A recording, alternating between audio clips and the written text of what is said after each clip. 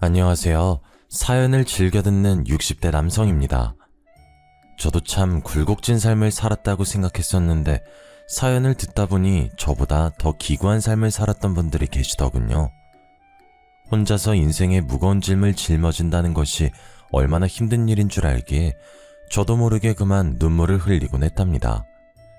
저 또한 가장 중요한 순간 작은 선택 하나로 삶의 끝자락까지 밀려난 적이 있는데요. 거친 바늘길을 걸어오며 느낀 것은 순간의 작은 행동 하나가 인생을 통째로 바꿀 수도 있다는 거였네요. 저는 태어날 때부터 참 불행한 아이였습니다. 7남매 중 장남이긴 했지만 부모님께서는 저에게 어떠한 애정도 관심도 주지 않으셨거든요. 제 기억 속 어머니께서는 한 번도 저를 제대로 안아주지 않으셨는데요. 그 이유가 참 기가 막히더군요. 아버지께서 저의 이름 단자를 받으러 간 날 무당은 제가 평생 재수없는 아이라고 했기 때문이었습니다. 고작 그런 이유로 자신이 배 아파 낳은 아이를 냉대하다니 저는 이해할 수 없었고요. 부모님은 제가 공부를 못하는 것도 유난히 마른 것도 다 재수가 없기 때문이라고 말하셨죠. 하지만 제가 부모님께 이런 냉대를 받았다고 동생들을 미워하거나 학대한 것은 아니었어요. 동생들은 그래도 형이고 오빠라고 저를 살뜰히 챙겨주었거든요. 동생들은 아궁이에서 고구마를 구울 때면 어머니 몰래 저에게 고구마를 가져다 주고 소학교에서 빵을 받아올 때면 반을 나눠주었습니다. 못난 장남이었지만 저를 생각해주는 동생들 덕분에 저는 부모님의 모진 말들을 견딜 수 있었네요. 부모님께서는 제가 중학교를 졸업하던 날 고등학교 진학은 꿈도 꾸지 말라며 으름장을 놓으셨어요. 비싼 학비 축내지나 말고 과수원 일손이나 도우라고 했는데요. 그러면서 자신들이 죽거든 과수원을 열심히 꾸려 동생들의 학비와 결혼 자금을 대주라고 하셨죠. 그게 바로 재수없는 살을 풀 수 있는 유일한 방법이라면서요. 저는 부모님의 말씀을 아주 잘 따랐어요. 이렇다 할 재능도 없는 제 처지를 너무나 잘 알았으니까요.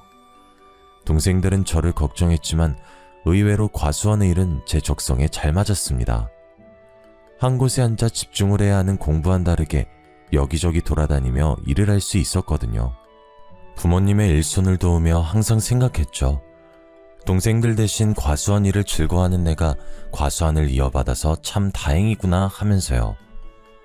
그 후 저는 하루도 빠지지 않고 부모님을 도와 과수원을 일궜습니다. 다행스럽게도 저희 과수원에서 자란 사과는 당도가 높아 찾는 사람이 많았고요. 덕분에 저는 동생들의 대학 등록금을 마련해 줄 수 있었습니다. 제가 35이 되던 해 부모님께서는 저에게 결혼할 것을 권하셨죠. 그때까지도 여자와 제대로 된 만남도 가져보지 않은 저였기에 부모님의 말씀은 당황스러울 뿐이었어요. 부모님은 걱정하지 말라며 저에게 한 여자를 소개시켜줬습니다. 그 여자는 저도 아는 사이였습니다. 저희 과수원의 일손이 부족할 때면 도와주었거든요. 부모님께서는 제가 어디 가서 번듯한 처녀를 만나 가정을 꾸리냐며 결혼을 재촉하셨습니다. 저는 부모님 말씀에 동의했어요. 여자분은 고아인 자신을 받아만 준다면 정말 감사할 거라고 말하더군요. 여자는 햇빛 밑에서 사과를 따서인지 얼굴빛이 검은 빛을 띠고 있었는데요. 저는 못난 제 처지를 이해해주고 살림을 합친다는 여자만 있다면 낯빛 같은 건 상관없다고 생각했습니다. 결혼한다는 것만으로도 감사한 일이니까요. 그렇게 저희는 부모님의 뜻에 따라 부부의 인연을 맺게 되었네요. 하지만 저희는 신혼생활을 즐길 여유가 없었습니다. 결혼하고 얼마 지나지 않아 부모님께서 돌아가셨거든요. 갑작스러운 부모님의 변고에 눈물조차 나오지 않았죠. 저보다는 아직 어린 동생들이 걱정이었고요. 저는 슬퍼하는 동생들을 위로한 후 장례를 마쳤습니다. 그 후로는 과수원을 이어받아 열심히 사과를 수확했어요. 아내는 상심한 저의 옆을 낮이고 밤이고 지키며 위로해 주었어요. 저는 아내의 위로에 큰 힘이 났고요. 아내는 자신 또한 부모님이 일찍 돌아가셔 부모를 잃은 슬픔을 잘 안다고 했습니다. 저희는 서로를 다독거렸고 비슷한 처지였던 저희는 사랑보다 끈끈한 무언가로 얽혀 있었죠. 그리고 결혼한 지 1년이 되던 해 아내는 저에게 첫 아들을 안겨주었습니다. 아들이 태어난 후 저희 부부는 더욱 돈독한 사이가 되었어요. 저희에게는 아들을 잘 키우자는 목표가 생겼으니까요. 아내와 저는 과수원을 키우기 위해 노력했죠. 하늘도 저희 부부의 노력을 알았는지 저희 사과가 지역 특산물로 선발되며 큰 인기를 끌게 되었습니다. 하지만 저희 부부에게 좋은 일만 일어난 것은 아니었습니다. 아들이 5살이 되던 해 아내는 아무 이유 없이 쓰러지는 경우가 많았어요. 병원에서는 그 원인을 알 수가 없었죠. 전 아내의 상태가 너무 걱정되었습니다. 한편으로는 저같이 못난 놈을 만나서 고생을 하는 것 같았거든요. 점점 뼈마디가 보이는 아내를 볼 때마다 미안한 마음이 들었죠. 저는 아내의 병을 낫게 하기 위해 노력했어요. 하지만 좋다고 소문이 난 약재를 구하 아내에게 먹이고 좋다는 병원을 데려가 봤지만 소용이 없더군요. 하늘이 무너지는 기분이었습니다. 아내는 점점 더 생기를 잃어갔고 그 모습을 지켜보는 저는 애만 탈 뿐이었어요. 문득 전 밝고 생기 넘치던 예전의 아내를 보고 싶다는 생각이 들었어요. 저는 아내에게 장날에 맞춰 밖을 나갈 것을 제안했어요. 아내가 평소 장날에 구경 가는 걸 좋아했거든요. 오랜만에 밖에 나온 아내는 기뻐 보이더군요. 오랜만에 보는 밝은 표정이었습니다. 그런데 구경을 하던 중 저희 앞으로 중년의 여인이 지나갔는데요. 화려한 한복을 입고 있는 그 여자는 누가 봐도 무당처럼 보이더라고요. 무당은 아내의 앞을 지나가며 딱 한마디를 했습니다. 신병이 나도 단단히 났네. 어째 지금까지 살았냐? 예? 그게 무슨 말입니까? 제가 신병이라뇨. 거 순진한 사람에게 아무런 말 하지 마쇼. 딱 봐도 만만한 사람 한 명 골라 한몫 단단히 챙길 요량인가 본데 괜히 아픈 사람 건들지 말고 가던 길 가십시다. 저는 수상해 보이는 무당을 경계하며 아내를 감싸 안았습니다. 무당은 기가 차닿는 듯 웃더라고요. 무당은 저고리 안쪽에 방울을 꺼내 흔들며 아내 앞으로 다가왔어요. 갑자기 무당이 방울을 흔들자 시끄러운 소리가 귓가를 어지럽혔습니다. 하지만 아내만큼은 두 눈을 감으며 평안한 표정을 지었어요. 남편이란 작자가 지 아내 죽어가는 줄도 모르고 아주 명줄을 잡아먹는구만. 지금까지 안 죽고 버틴 것도 용해. 내가 살다 이리 재수없는 사내는 또 처음 보는구만. 지 애미애비는 물론 아내까지 죽일 팔자를 타고났어. 이렇게 천한 팔자를 타고나서야. 무당은 아내가 가엾다는 듯 머리를 쓸어 넘겼습니다. 그러면서 눈물을 글썽거렸고요. 이 불쌍한 건 일찍이 애미애비도 여의고 혼자서 얼마나 힘들었을꼬. 신기가 이리도 강한데 자기 짝도 아닌 사내와 한 입을 덮고 살아 얼마나 괴로웠을지 눈에 선하구나 아가. 지금까지 혼자서 아주 잘 참았다. 이제는 내가 널 살려주마. 예, 제발 그렇게 해주세요. 이대로 가다간 정말 죽게 생겼어요. 아들 생각해서 참으려고 하지만 하루하루 산중상이 되어가는데 차라리 죽으면 편할까 생각한 적이 한두 번이 아니었어요. 제발 저 좀 사람처럼 살게 해주세요. 아내는 이미 무당에게 휘둘려 있었습니다. 지나가던 사람들이 쳐다보는 것도 아랑곳하지 않고 무릎을 꿇었어요. 더러운 시장 바닥에 머리를 조아리기까지 했습니다. 저는 함부로 아내의 마음을 들쑤시는 무당에게 버럭 화를 내버렸습니다. 그러자 무당은 저를 위아래로 훑어보았네요. 아내가 불쌍하다면서요. 지 처가 죽어가는데 끝까지 눈 하나 깜짝 안 하다니. 이제 옆에서 제 처 죽는 꼴만 지켜보면 되겠다. 뭐 그게 싫으면 5천만 원 들고 다시 찾아오시던지. 무당은 아내에게 자신을 신어머니로 모시면 살 수 있다고 말했습니다. 아내는 금방이라도 따라 나갈 듯 굴더라고요. 저는 열심히 아내를 붙잡았어요. 그러자 아내는 발악을 하며 저항했죠. 온갖 설득 끝에 간신히 아내를 집으로 데려올 수 있었네요. 아내는 집으로 온 후부터 계속해서 저를 원망했습니다. 제가 고생만 한 자신을 죽이려고 난리라면서요.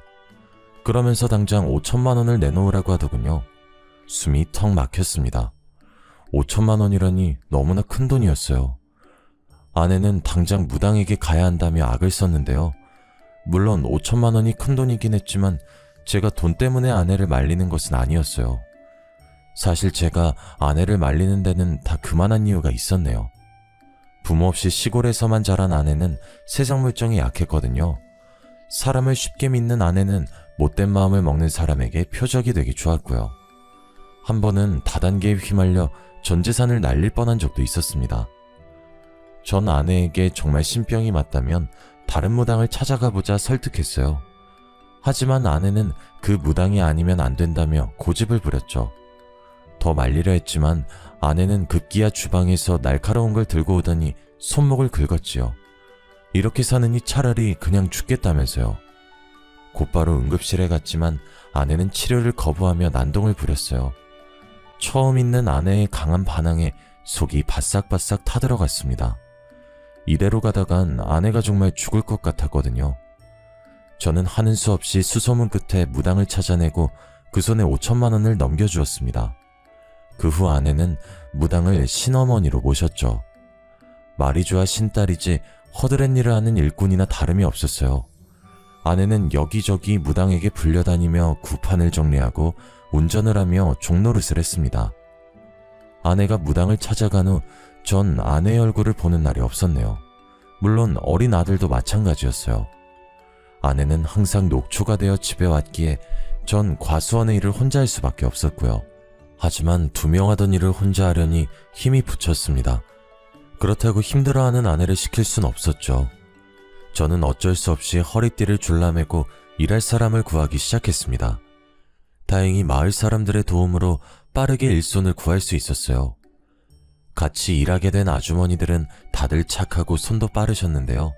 그 덕에 수월하게 일할 수 있었죠.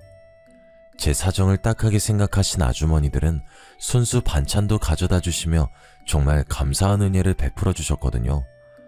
저는 감사한 마음에 품삯을 좀 더 챙겨드리기도 했습니다. 하지만 저의 근심이 다 사라진 것은 아니었어요. 아직 어린 아들이 집에 혼자 있었으니까요. 언제나 아들을 챙기던 아내는 무당과 가깝게 지낸 후부터 아들에게 냉랭하게 대했거든요. 전 그 모습을 볼 때마다 마음이 아팠습니다. 어린 아들이 혹 갑자기 변한 어머니로 인해 마음에 큰 상처를 받진 않을까 걱정도 되었고요. 저는 결국 회사를 그만둔 둘째 여동생에게 사정을 말했습니다. 여동생은 한동안 자신이 아들을 봐주겠다며 흔쾌히 말을 하더군요. 그 후 여동생은 서울에서 내려와 아들을 보살펴 주었네요. 여동생은 어릴 적 동생들과 쓰던 방을 사용하며 집안일을 거들어 주었어요. 물때가 낀 화장실을 청소해 주었고 벌레 먹은 쌀을 씻어 밥을 지어 주었죠. 아들과 저는 여동생이 지어진 따뜻한 밥과 깨끗이 손질된 옷을 입으며 사람답게 생활할 수 있었습니다. 못난 오라비를 도와주겠다는 여동생이 참 고마웠죠. 단 한 사람만 빼면 말이에요. 아내는 여동생이 집에 온 이후로 대놓고 싫은 티를 냈었거든요. 언제 자기 집에서 나갈 거냐고 말하면서요. 한날은 빨래를 개고 있는 여동생의 앞에서 방울을 흔들며 무당흉내를 내었습니다. 아가씨, 보아하니 부모 복도 없고 남편 복도 없는 것이 썩 좋은 인생은 아니네요. 뭐 하나 제대로 나오는 게 없어, 아가씨는요. 평생 뼈 빠지게 일해도 자기 먹을 만큼의 복도 없는 사람이에요. 아가씨, 지금 회사에서 잘린 거죠? 그게 다 왜 그런지 아세요? 다 아가씨 복이 간장종지만 하기 때문이에요. 복을 담을래도 그릇이 적으니 계속 넘쳐서 가지고 살 수가 없는 거죠. 그러니까 괜히 좋은 직장 갔느니 좋은 남자를 만나느니 그런 헛소리 집어치우고 혼자서 평생 일만 하면서 사세요. 새언니, 그게 시집도 안 간 시누이한테 할 말이에요? 만약 제가 정말 그런 운명이라고 해도 새언니인 저한테 그렇게 말씀하시면 안 되죠. 무당한테 정신 팔려 집안 살림이고 과수원이고 돌보지도 않고 오빠랑 원준이가 안타까워서 일부러 시골에 내려온 게 누군데요. 새언니가 이런 사람인 줄 알았으면 오빠랑 결혼한다고 했을 때 무슨 소리 써서라도 막았을 텐데. 새언니랑 같이 사는 우리 오빠가 불쌍하네요. 어머, 아가씨, 팔이 안으로 굽어도 말은 똑바로 해야죠. 이 사람이 저를 만나서 고생한 게 아니라 제가 이 사람을 만나서 고생한 거라고요. 복도 지질이 없고 아내 귀한 줄도 모르는 남자 만나서 인생이 망한 거는 저라고요. 아가씨 오빠야말로 저한테 너무하죠. 제가 아픈 것도 다 이 사람 때문이란 말이에요. 아내는 격분하며 여동생에게 삿대질을 했습니다. 저는 아내가 정말 너무한다는 생각이 들었고 열심히 아내를 말렸습니다. 여보, 그만해. 그동안 정민이가 원준이한테 얼마나 잘했는데 그것도 잊어버린 거야? 나는 어떻고 신딸 노릇한다고 집안도 팽개치고 나간 당신 대신 집안 보살펴준 게 누군데?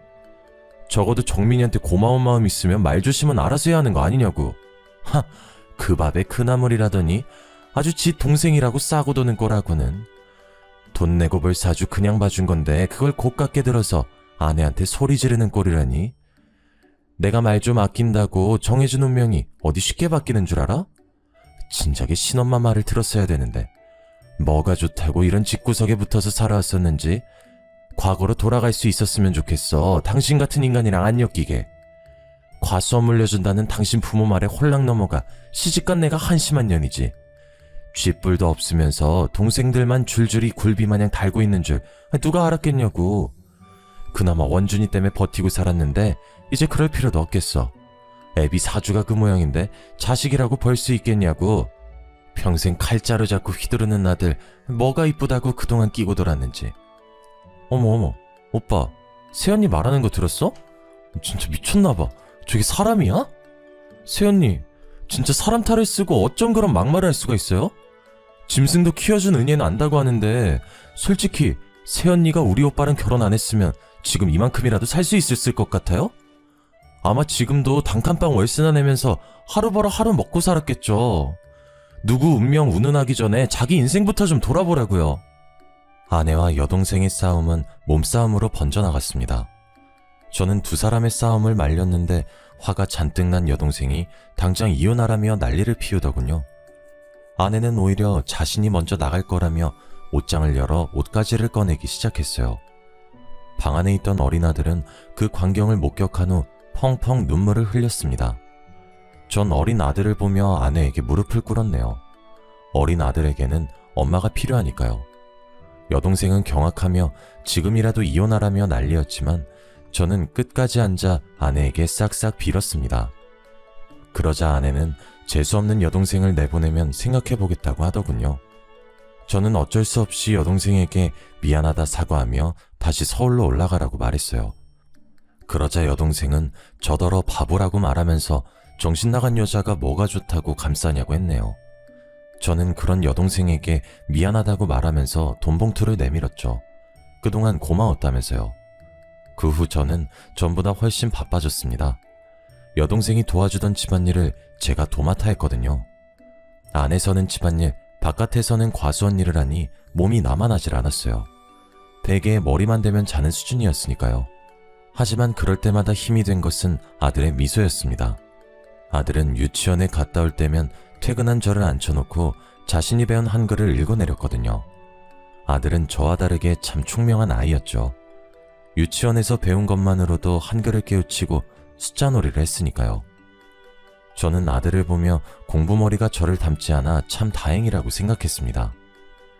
아내는 아들이 칼이나 휘두를 천한팔자라고 했지만 전 상관없었어요. 저와 다르게 똑똑한 머리를 가진 아들은 무슨 일이든 잘할 거라고 장담할 수 있었으니까요. 저는 아들이 무슨 결정을 내리건 행복하게만 살 수 있다면 상관없다고 생각했네요. 한편 아내는 무당을 따라다니며 딴 사람이 되어갔어요. 신혼 초에 보이던 수수한 모습은 온데간데 없어져 버렸고요. 화장이라고는 모르던 아내는 어느새 얼굴 전체를 화장으로 떡칠하고 다녔습니다. 검었던 얼굴은 허여멀겋게 분칠을 하면서요. 그뿐만이 아니었습니다. 평소 소심한 성격으로 동네 사람들에게 말도 못 걸던 아내는 마을을 휘젓고 다니며 마을 사람들에게 행패를 부렸죠. 나이가 많이 드신 어르신께는 살 날이 얼마 안 남았다며 말을 했고 자식이 타지에 나가 있는 분들께는 자식 복이 없다며 악담을 했습니다. 좋은 일이면 모르겠지만 아내는 항상 남들에게 안 좋은 점만을 말하면서 다녔습니다. 마을에서 아내에 대한 인식은 날이 갈수록 나빠만 졌어요. 저만 보면 아내가 이상해졌다며 한마디씩 거들 정도로 말이에요. 고심 끝에 저는 아내에게 조심스럽게 이야기를 꺼냈습니다. 당신 신엄마 따라다니면서 배우는 건 좋지만 마을 사람들한테는 그냥 아무 말 하지 마. 생각해봐. 세상에 자기 빨리 죽고 복 없다는 걸 듣고 싶어하는 사람이 어디 있겠어? 만약 보인다면 그저 그러려니 하면서 넘어가. 우리 앞으로도 계속 이 마을에서 살 텐데 마을 사람들이랑 잘못 얽혀서 좋을 게 없잖아. 안 그래? 당신 설마 내가 사기라도 친다는 거야? 그렇게 보이고 그렇게 입 밖으로 튀어나오는 걸 나더러 어쩌라고.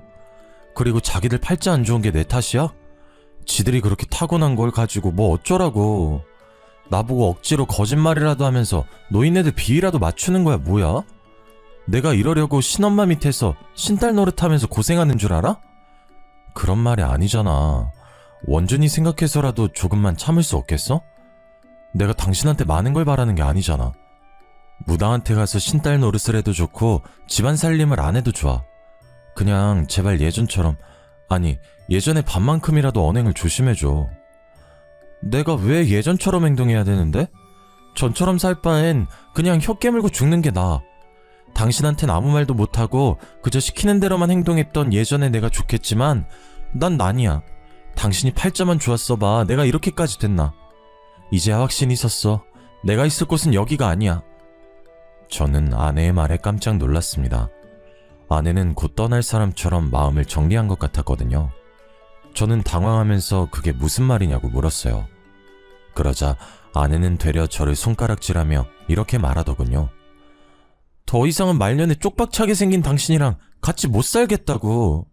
조금이라도 젊을 때 떠나는 게 맞아. 당신이랑 같이 있으면 늙음하게 쪽박찬 당신 옆에서 비닐 천막보다도 못한 집에서 개고생할 테니까. 난 그러기 싫어. 어려서 부모 잃고 한평생 고생만 하다 살았어. 그런데 늙어서까지 당신 옆에서 눈 감을 때까지 고생만 하라고? 그렇게는 못 살지. 아니, 안 살 거야. 저에게 소리친 아내는 곧장 집을 나갔습니다. 당황한 저는 아내의 뒤를 따라갔어요. 곧바로 아내의 뒤를 밟았지만 날이 어두워서인지 아내의 행적을 찾을 수가 없었어요. 저는 그런 아내가 걱정돼 계속해서 마을을 돌아다니면서 아내를 찾았죠. 하지만 땀방울이 등을 적시고 종아리가 터질 것처럼 아파왔지만 아내는 찾을 수 없었습니다. 아내에게 바로 전화를 하려 했지만 주머니를 뒤져보니 핸드폰이 없더라고요. 빠르게 집으로 달려가 아내에게 전화를 걸었습니다. 전화를 20통 넘게 걸고 문자를 수백 통이 넘게 보냈지만 아내에게는 아무런 소식도 없었어요. 제 걱정스러운 마음은 이루 말할 수가 없을 정도였죠. 아내의 빈자리를 눈치채서인지 아들 또한 아내를 찾기 시작하더군요. 그날 전 뜬 눈으로 밤을 지새우며 아내를 기다렸습니다. 아침이 밝아오고 전 집에서 아내를 기다리고 싶은 마음이 굴뚝 같았어요. 그렇지만 사과를 수확해야 하는 시기이기에 그럴 수가 없었죠. 저는 혹시나 아내가 돌아올까 하는 마음에 쪽지 하나를 남겨둔 채 과수원으로 떠났습니다. 하지만 집으로 돌아와 보니 저를 반기는 것은 빈 통장과 어지럽혀진 집뿐이었습니다. 아내는 피같이 모은 전 재산을 가지고 혼자서 도망친 것이었어요. 아내가 무당을 만난 후 이상해졌지만 그럼에도 아내를 믿어줬는데, 그래서인지 아내에 대한 배신감은 너무나 컸습니다. 멀쩡한 살이 찢어지는 것처럼 정말 처절한 기분이었어요. 심지어 쪽잠을 청할 때 아내는 제 꿈까지 불쑥불쑥 튀어나와 재산을 가로채며 도망갔죠. 도망가는 아내를 잡으려고 했지만 소용없었습니다. 발바닥이 바닥에 붙은 듯 움직이지 않았거든요. 그렇게 아내를 잃은 저는 한동안 망연자실한 시간을 보냈네요. 폐인처럼 살던 저를 일으켜 세워준 것은 아들이었습니다. 아들은 그저 누워만 있는 저에게 냉장고를 뒤져 먹을 만한 음식을 가져다주며 제 옆을 지켜주었는데요. 저는 그런 아들을 보면서 다시 살아보자는 의지를 불태웠네요. 처음에는 혼자서 아들을 어떻게 키울 수 있을까 앞이 막막했습니다. 생각을 하려고 해도 눈에 안대를 씌운 듯 캄캄하게만 느껴질 뿐이었어요. 하지만 아들을 굶길 수 없었던 저는 억지로 정신을 차리기 위해 애썼습니다. 자존심을 버리고 동생들에게 돈을 빌리는 것부터 시작했죠. 제 사정을 들은 동생들은 군말 없이 돈을 빌려주었습니다. 주말이 되면 동생들은 하나같이 저희 집으로 모여들었어요. 여동생들은 반찬을 가져오며 살림살이를 채워줬습니다. 남동생들은 과수원에 모여들어 저의 일손을 도와주었고요. 그렇게 저는 동생들의 도움으로 천천히 자리를 잡을 수 있었습니다. 제 마음 한구석 깊이 상처를 준 아내 또한 차츰차츰 잊어가게 되었죠. 제가 과수원을 돌보는 사이 아들은 말썽 한번 부리지 않고 커갔어요. 엄마의 빈자리가 그리울 만도 한데 못난 아비를 생각해서인지 힘든 기색 한번 보이질 않는 아들의 모습은 참 짠할 정도였습니다. 그럼에도 아들은 늘 스스로 노력해 매번 전교 1등 성적표를 쥐어주면서 절 기쁘게 해주었네요. 아내는 아들이 칼이나 잡을 천한팔자라고 말했지만 저는 상관없었습니다. 가장 힘든 순간 힘이 되어준 아들은 세상에서 가장 소중한 보물이었으니까요. 하나밖에 없는 소중한 아들은 제 삶의 유일한 희망이자 삶의 이유였죠. 저는 아들을 생각하며 더 이를 악물고 일을 했어요. 결국 전 농약 없이 당도 높은 사과를 만들어냈고 저희 과수원 사과는 입소문을 타고 점점 유명해졌습니다. 그러던 중 대기업 소속 식품회사에 다니던 동생은 저희 과수원의 사과로 사과 주스를 만들자고 사업을 제안했어요. 농약 없이 당도 높은 사과로 주스를 만든다면 대박이 날 거라면서요. 처음에는 동생의 제안을 거절하려 했지만 동생은 이렇게 말하더군요. 평생 시골 과수원에서 썩느니 한번 도전해보는 게 어떠냐고요. 결국 저는 새로운 것에 도전하기로 마음을 먹었습니다. 제안을 받아들인 저는 동생과 함께 과수원 옆 작은 공간을 빌려 사과 주스를 만들기 위해 노력했어요.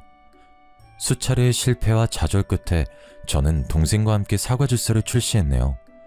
결과는 그야말로 대박을 쳤습니다. 특히 어린아이들을 기르는 엄마들 사이에서 인기가 좋았어요. 농약을 넣지 않아 어린아이들이 먹기 좋다고 소문이 났거든요. 그 후 저는 동생과 함께 사업을 시작했습니다. 그리고 처음으로 이사를 결심했죠. 아들에게 더 나은 교육 환경을 제공하고 싶은 마음 때문이었어요.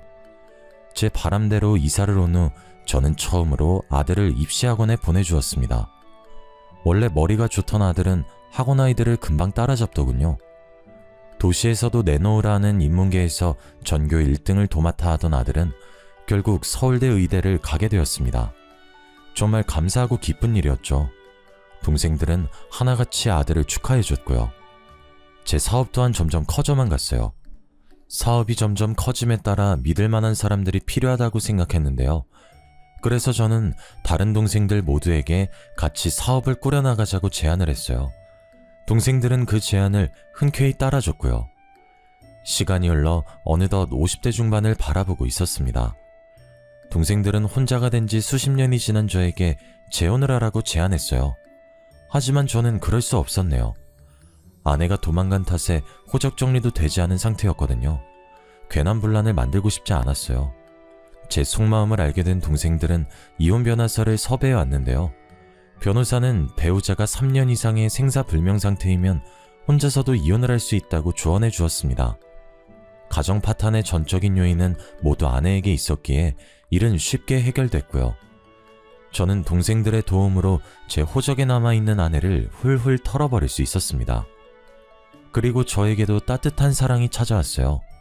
바로 꽃집을 운영하던 여자였죠. 아이를 가질 수 없는 몸으로 전 남편에게 이혼을 당하고 지금까지 혼자 산다고 했는데요. 그러면서 저에게 혼자서 아들을 훌륭히 키워내다니 정말 대단하다고 말해주었습니다. 고운 얼굴만큼 마음씨도 고운 그 여자에게 푹 빠져버렸어요. 저는 그 여자에게 고백을 했고 그렇게 늙은 나이에 재혼을 하게 되었어요. 아내는 다정하고 참한 사람이었습니다. 남들에게 휘둘리지 않는 강단도 있었고요. 저는 그 점이 참 마음에 들었어요. 아들 또한 자신을 친아들처럼 살뜰하게 챙겨주는 아내를 무척 마음에 들어 했죠. 아무도 강요하지 않았지만 먼저 가서 어머니라고 부를 정도였습니다. 아내는 베개 밑에 머리를 들 때면 자신이 이렇게 행복해도 되는 것이냐며 눈물을 짓고 했는데요. 저는 그 모습이 너무도 가엾고 어여뻐 항상 등을 토닥여 주었어요. 제일 가까운 배우자에게 받은 상처가 얼마나 큰지 그 누구보다도 잘 알거든요. 시간이 흘러 저희는 어느덧 결혼 4년차 부부가 되었습니다. 아들 또한 옛과 인연을 걸치고 본가로 넘어갔고요. 아내의 생일날 저희는 모처럼의 외식을 하기 위해 백화점으로 나갔어요. 오랜만에 가족들과 함께 쇼핑을 하고 맛있는 음식을 먹으니 문득 내가 이 아내를 만나지 않았다면 이런 즐거움을 알았을까? 라는 생각이 들었습니다. 쑥스러워 아내에게 말은 못했지만 말이에요. 밤이 되고 백화점 폐점 시간이 다가왔습니다. 저희도 집으로 갈 채비를 하였고요. 그런데 백화점에서 얼마 떨어지지 않은 곳에서 풀빵을 파는 노파가 있더군요. 늦은 시간까지 풀빵 장사를 하다니 전 의아했는데요. 아내는 마침 간식이 먹고 싶었는데 잘 됐다며 한 봉지 사가자고 했죠. 이럴 때 아니면 언제 먹느냐면서요. 날씨가 더웠기에 저는 차 안에 에어컨을 틀어두고 아들과 둘이 풀빵을 사기 위해 나왔습니다. 가까이 다가가니 노파는 딱 봐도 산전수전을 다 겪은 모양이었어요. 고개를 숙이고 있는 노파의 머리는 허옇게 새어 듬성듬성하게 두피가 보이고 있었습니다. 풀빵을 굽는 손가락 끝은 다 꼬부라져 있었고요. 저는 짠한 마음에 지갑에 들고 있던 현금을 다 꺼내 노파에게 건네주었습니다. 노파는 은인을 만났다며 감사해했죠. 그러면서 보답으로 자신이 운명을 봐줄 수 있다고 말하더군요. 옆에 있던 아들은 제법 흥미가 당기는 모양이었어요. 아버지 기억 안 나? 왜 어머니가 집 나가기 전에 나한테 그랬다며. 평생 칼이나 휘두르고 사는 백정팔자였다고 했잖아. 아버지한테는 말년에 쪽박찰상이라고 했고. 재밌을 것 같은데 한 번만 보고 가자, 응? 아내의 영향으로 미신을 믿진 않았지만 한 번쯤은 봐도 상관없다고 생각했어요. 아들 또한 자신의 운명을 궁금해했고요. 저는 노파에게 저와 아들의 운명을 봐달라고 말했는데요. 노파는 자신에게 손을 내밀어 보라고 하더군요. 거칠거칠한 노파의 손바닥에 제 손을 올리자 노파는 탄식하면서 말을 이었죠. 아이고, 어쩜 이리 보기만 했고. 초년중년에 가세가 기울고 아내가 떠나는 팔자지만 말년에 돈방석에 앉은 팔자라니 평생 돈 걱정은 없겠구려. 게다가 자식복도 많아. 평생 아들에게 효자받으며 살 팔자라니 정말 부럽구려. 부러워. 고개를 푹 숙인 노파는 제 손을 한참 만지작거렸습니다. 그리고 노파가 고개를 드는데 전 노파의 얼굴을 본 순간 경악할 수밖에 없었어요. 바로 집을 나갔던 전 아내였거든요. 마지막으로 만났을 때보다 얼굴이 훨씬 상해 있었지만 저는 단박에 알 수 있었습니다. 아내라는 것을요. 저는 너무 놀라 여보라고 소리치고 말았어요. 그러자 노파는 깜짝 놀라며 제 이름을 부르더군요. 전처에게 왜 이런 행색으로 풀빵이나 팔고 있냐 묻자 전처는 그저 눈물만을 흘렸습니다. 집에서 도망쳐 나간 전처는 제게서 훔친 통장을 무당에게 갖다 바쳤다고 했어요. 신내림을 내려줄 날만을 기다리면서요. 하지만 무당은 얼마 후 전 아내가 준 돈을 가지고 도망을 가버렸다고 하더군요. 무당 한 사람을 믿고 도시로 건너온 아내는 낙동강 오리알 신세가 되었다고 말했습니다. 다른 무당을 찾아가 신내림을 받으려 했지만 그저 잠시 잡기가 쉬운 것이지 신기가 온 것이 아니라며 윽박만 들었다고 하면서요. 결국 오갈 데가 없어진 아내는 부잣집 식모로 들어가 어렵게 삶을 이어갔다고 설명했네요. 그러던 중 주인집 아들은 아내가 아이를 낳지 못한다는 이야기를 듣고 홧김에 불이 붙은 장작을 휘둘렀는데요. 그 앞을 지나가던 아내가 튀어오른 불씨를 맞고 그만 실명을 했다고 말했습니다. 그 후 눈이 먼 전 아내는 주인집에서 얼마 안 되는 돈을 받고 쫓겨났는데요. 그마저도 사기를 당해 전부 날려버렸다고 했어요. 실명으로 눈앞이 안 보여도 신기하게 다른 사람의 손을 잡으면 얼추 그 사람의 흘러가는 인생 정도는 알 수 있게 되었다며 눈물을 글썽이더군요. 그 재주로 풀빵 장사를 하면서 간간히 사주를 봐주며 살았던 것이죠. 아이고, 내가 그때 그 무당년 말만 안 들었어도 이런 쌩고생은 안 하는데 그때 뭐에 홀려서 남편이랑 피덩이 같은 아들을 버리고 도망쳤는지 내가 미친년이지. 전처는 아들과 저를 버리고 무당을 따라간 것이 천추의 아니라며 가슴을 두드렸어요. 물론 전처가 원망스럽긴 했지만 이런 식으로 망가지길 바란 건 아니었거든요. 아들 또한 마찬가지였고요. 전처는 때가 꼬질꼬질하게 낀 티셔츠로 눈가를 닦더니 그래도 다행이라며 한박 웃음을 지었죠. 그래도 늙음하게 부자 남편이랑 의사 아들을 만나다니. 내가 말년에 두 사람 만나려고 지금까지 쌩고생하면서 이리저리 발벗고 뛰어다녔나 보네. 당신도 내가 얼마나 그리웠겠어. 나도 당신한테 받은 상처 같은 거는 다 잊을 테니 당신도 다 잊고 우리 다시 새 출발하는 기분으로 살자고요. 아들, 그동안 엄마 없어서 많이 보고 싶었지? 어디 이리 가까이 좀 와봐. 애미가 눈이 멀어서 아들 얼굴도 못 보니 만져보기라도 하자꾸나. 우리 아들이 칼 잡는 팔자를 타고났다 무당년이 짓거렸었는데 의사가 되었을 줄이야. 내가 꿈에도 생각을 못했네. 호강은 무슨 호강이에요? 아빠 재혼한 지가 언젠데. 뭐? 그게 무슨 말이야? 네 아빠가 재혼을 했다니. 아니 내가 이렇게 멀쩡하게 살아있는데 누가 재혼을 한다는 거야? 당신 설마 나 없다고 빈집에 딴 여자라도 얹히고 살았던 거야? 당신 마누라는 거지처럼 여기저기 떠돌아다니면서 손가락 꼬부라지도록 일만 하면서 살았는데 당신이 나한테 어떻게 그럴 수가 있어? 그래도 명색에 내가 아는데 끝까지 기다렸어야지. 그럼 아빠는 도망간 마누라 죽었는지 살았는지도 모르는데 그냥 기다리면서 평생 혼자 지내야 된단 말씀이에요? 먼저 남편하고 아들 버리고 간 게 누군데 이러세요. 저희 아빠가 왜 그런 호의를 베풀어야죠? 저요, 이날 이때까지 살면서 엄마한테 밥 얻어먹은 일이 기억이 손에 꼽아요. 제 기억 속에 엄마는 맨날 무당집에 불려나가고 집에서는 저한테 칼 휘두르는 백정팔자라면서 학대했던 것밖에 없다고요. 말년에 고생하기 싫다면서 우리 버리고 갈 땐 언제고 이제 와서 아빠가 벌어놓은 돈으로 호강하면서 살겠다고요? 절대 안 될 말이죠. 원준이 말이 맞아. 먼저 우릴 버린 건 당신이잖아.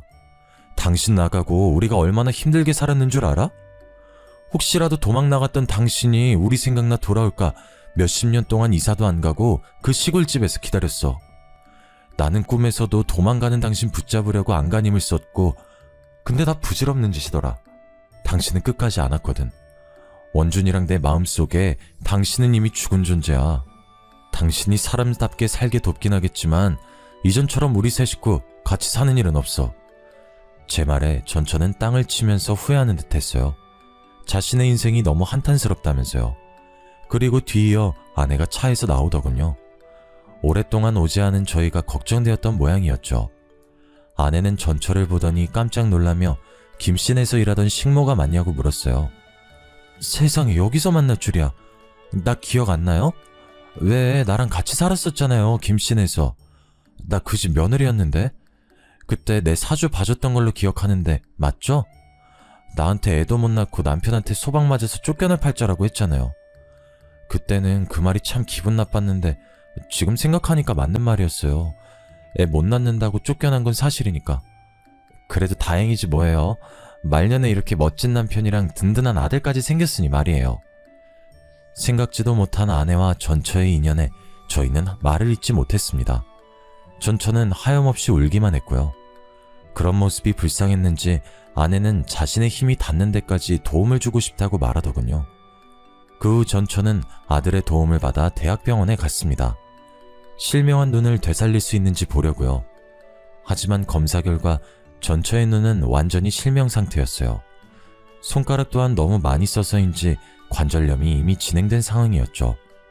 전처의 몸은 수십 년의 세월을 증명해주듯 망가질 대로 망가져 있었습니다.